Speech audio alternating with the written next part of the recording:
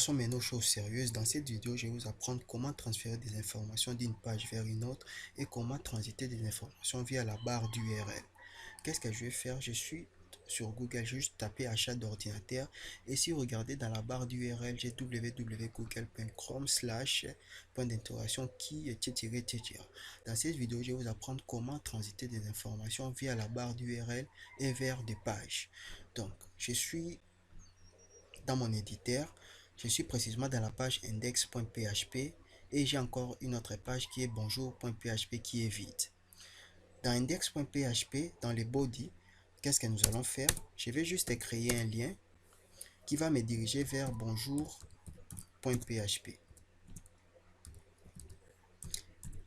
Et pour l'affichage, je vais ici par exemple dire page bonjour.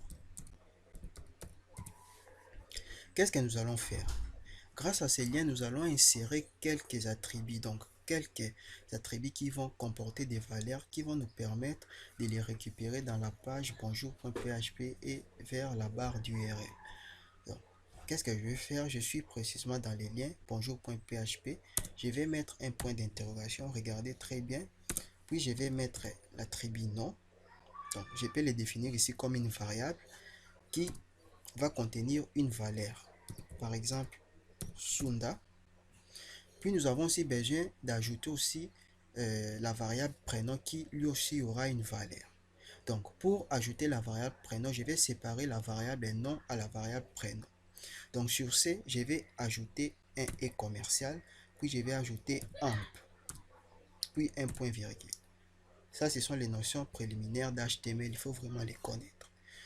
Donc si je fais ceci, ça veut dire que j'ai séparé nom et puis je vais ajouter prénom, y compris sa valeur qui est mon prénom Ezekiel. Donc, j'ai créé un lien qui va me diriger vers une page bonjour.php par lesquelles nous avons inséré quelques variables qui est nom et prénom, par laquelle ces variables ont des valeurs. Le nom a la valeur Sunda, le prénom a la valeur Ezekiel, qui seront récupérés dans la page bonjour.php et qui seront affichés dans la barre d'URL. Voilà.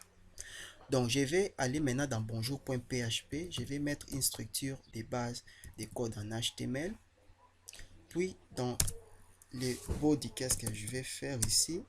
Je vais juste mettre une balise P. Et puis, je vais écrire juste en bas ici bonjour. Puis, je vais ouvrir point d'accès du code PHP. Puis, je vais mettre un écho. Donc, ici, sachez bien, je voudrais récupérer les noms et les prénoms.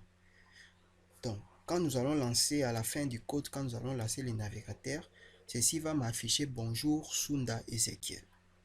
Donc, pour récupérer mes deux variables qui sont là, y compris leurs valeurs, nous aurons besoin d'une variable super globale qui est définie juste pour faire ce genre de récupération, qui est la variable $get.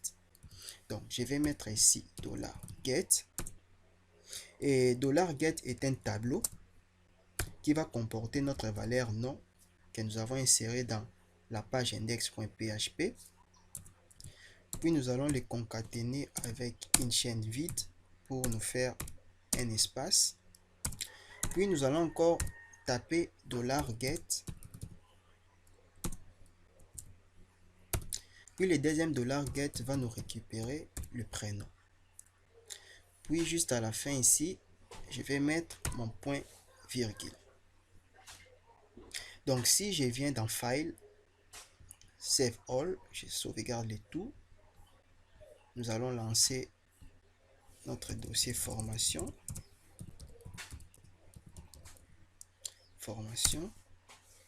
Voilà, j'ai ici bonjour.php. Si je clique, voilà, j'ai bonjour Sunda Ezekiel. Et si vous regardez bien dans la barre d'adresse ici, j'ai ici bonjour.php, point d'interrogation, nom est égal Sunda et prénom est égal Ezekiel.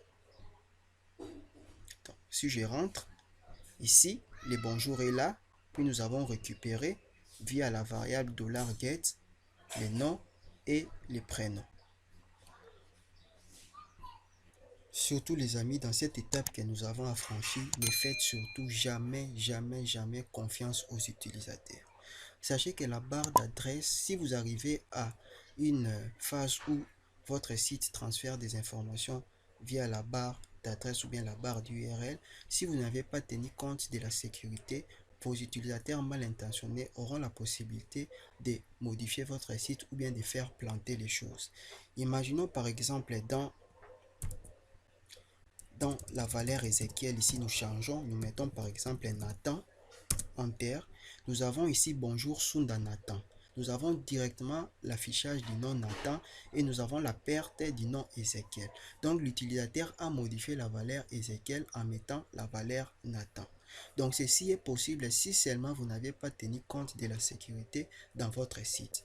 Et si alors nous changeons la variable prénom, nous mettons par exemple âge, nous avons une erreur. Donc l'utilisateur aura aussi la possibilité de faire planter votre site ou bien de renvoyer des messages d'erreur dans votre site parce que vous n'aviez pas tenu compte de la sécurité.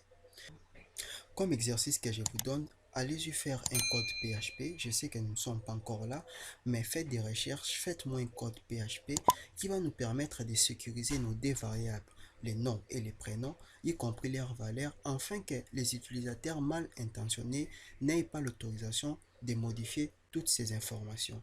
On se voit pour la toute prochaine vidéo par laquelle je vais vous apporter la correction par rapport à l'exercice que je vous ai donné. Au revoir.